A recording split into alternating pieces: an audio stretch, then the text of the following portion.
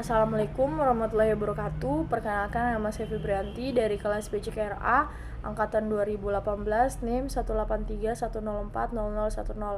Di kesempatan kali ini saya akan menjelaskan atau membacakan materi mengenai populasi dan sampel. Terus harus kita perlu ketahui itu apa itu populasi. Nah, populasi adalah keseluruhan dari unit di dalam penelitian atau pengamatan yang dilakukan. Sedangkan sampel adalah sebagian dari populasi yang mewakili suatu populasi. Kemudian, pengambilan sampel harus dilakukan sedemikian rupa sehingga dapat mewakili populasi. Nah, kenapa kita harus menggunakan sampel?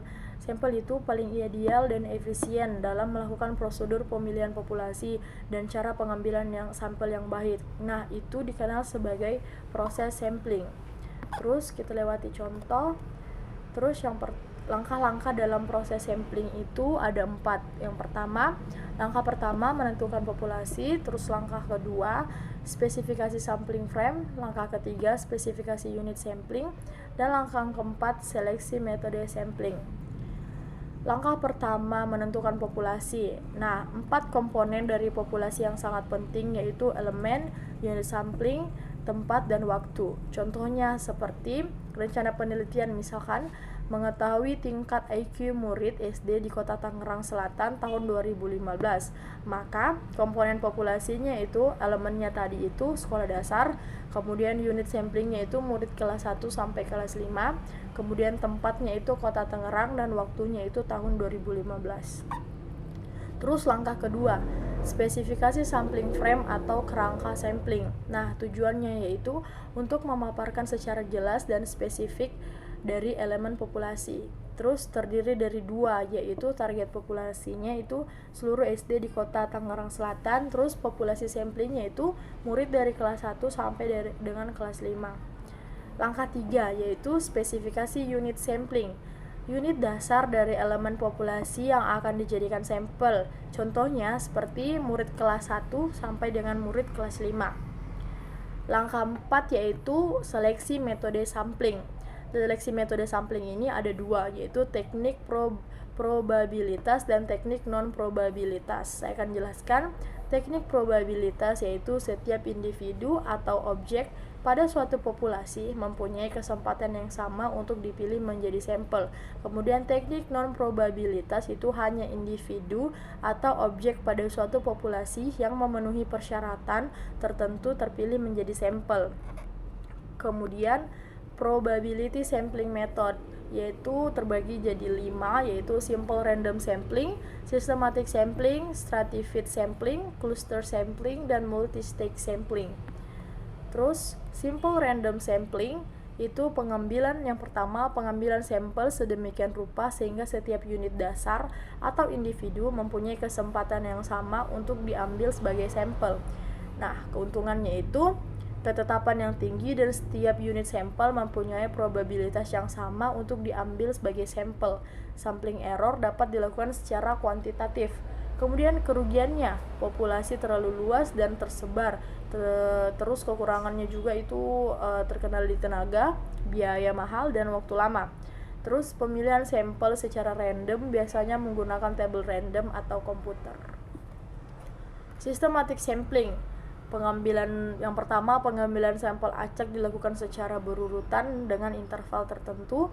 Terus besarnya interval dapat ditentukan dengan membagi populasi N dengan jumlah sampel yang diinginkan atau I sama dengan N per N.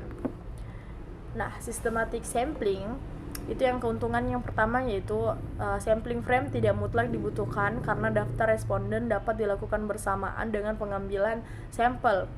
Terus keuntungan kedua itu mudah. Terus keuntungan ketiga sangat praktis jika populasi dalam bentuk kartu. Terus keuntungan keempat, variasi akan lebih kecil dibanding cara lain. Terus keuntungan terakhir, waktu dan biaya yang lebih rendah dibanding dengan simple random sampling. Itu systematic sampling. Tetapi systematic sampling juga memiliki kekurangan. Nah, kekurangannya itu pertama, setiap unit sampel tidak mempunyai peluang yang sama untuk diambil sebagai sampel. Nah, kekurangan kedua, bila terdapat suatu kecenderungan tertentu, maka cara pengambilan sampel secara acak menjadi kurang sesuai.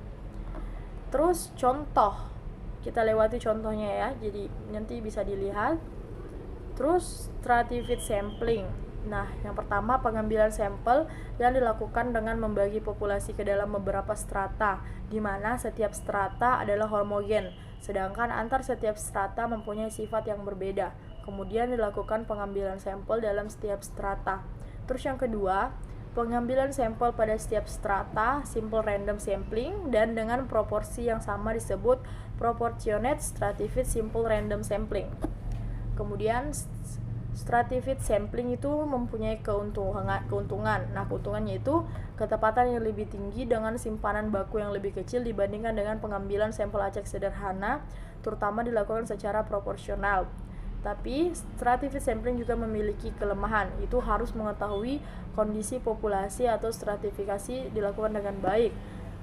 Terus kita lewati populasi, penelitian dibagi menjadi 6 kelompok, itu bisa dilihat sendiri. Kemudian cluster sampling, yaitu unit samplingnya terdiri lebih dari satu elemen populasi, di mana setiap unit sampling adalah satu gugusan atau grup dari elemen populasi. Misalkan survei mengenai kualitas air sumur penduduk di sebuah desa. Terus multi-stage sampling. Pertama, teknik pemilihan sampel yang dilakukan secara bertingkat dan biasanya berdasarkan pembagian wilayah kerja suatu pemerintah. Misalkan survei mengenai jamban sanitasi di desa X, maka kita harus membagi lebih dulu unit samplingnya menjadi beberapa tingkat berdasarkan pembagian wilayah kerja pemerintah desa. Terus non-probability sampling method.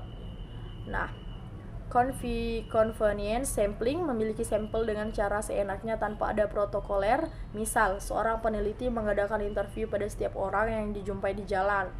Kuota sampling itu dengan cara menentukan kuota, contohnya melakukan interview pada laki-laki dan perempuan dalam jumlah yang sama.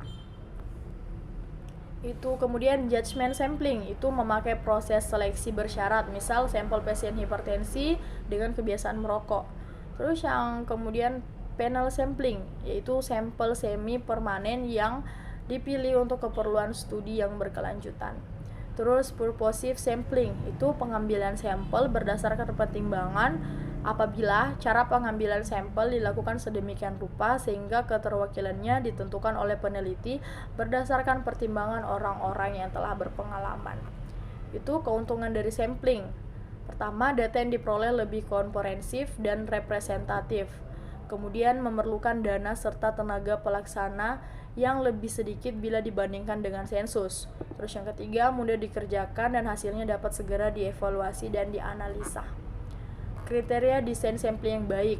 Yang pertama itu, sampel yang diperoleh harus betul-betul mewakili karakteristik dari populasi yang diteliti. Kemudian yang kedua, prosedur sampling harus sederhana dan praktis sehingga mudah dilaksanakan di lapangan. Terus yang ketiga, efisien dan ekonomis serta dapat memberikan informasi selengkap-lengkapnya dengan biaya yang murah. Terus yang terakhir, jumlah sampel yang ada harus kuat sehingga dapat dipakai untuk keperluan generalisasi parameter populasi. Sekian dan terima kasih. Mungkin itu saja yang dapat saya bacakan. Wabillahi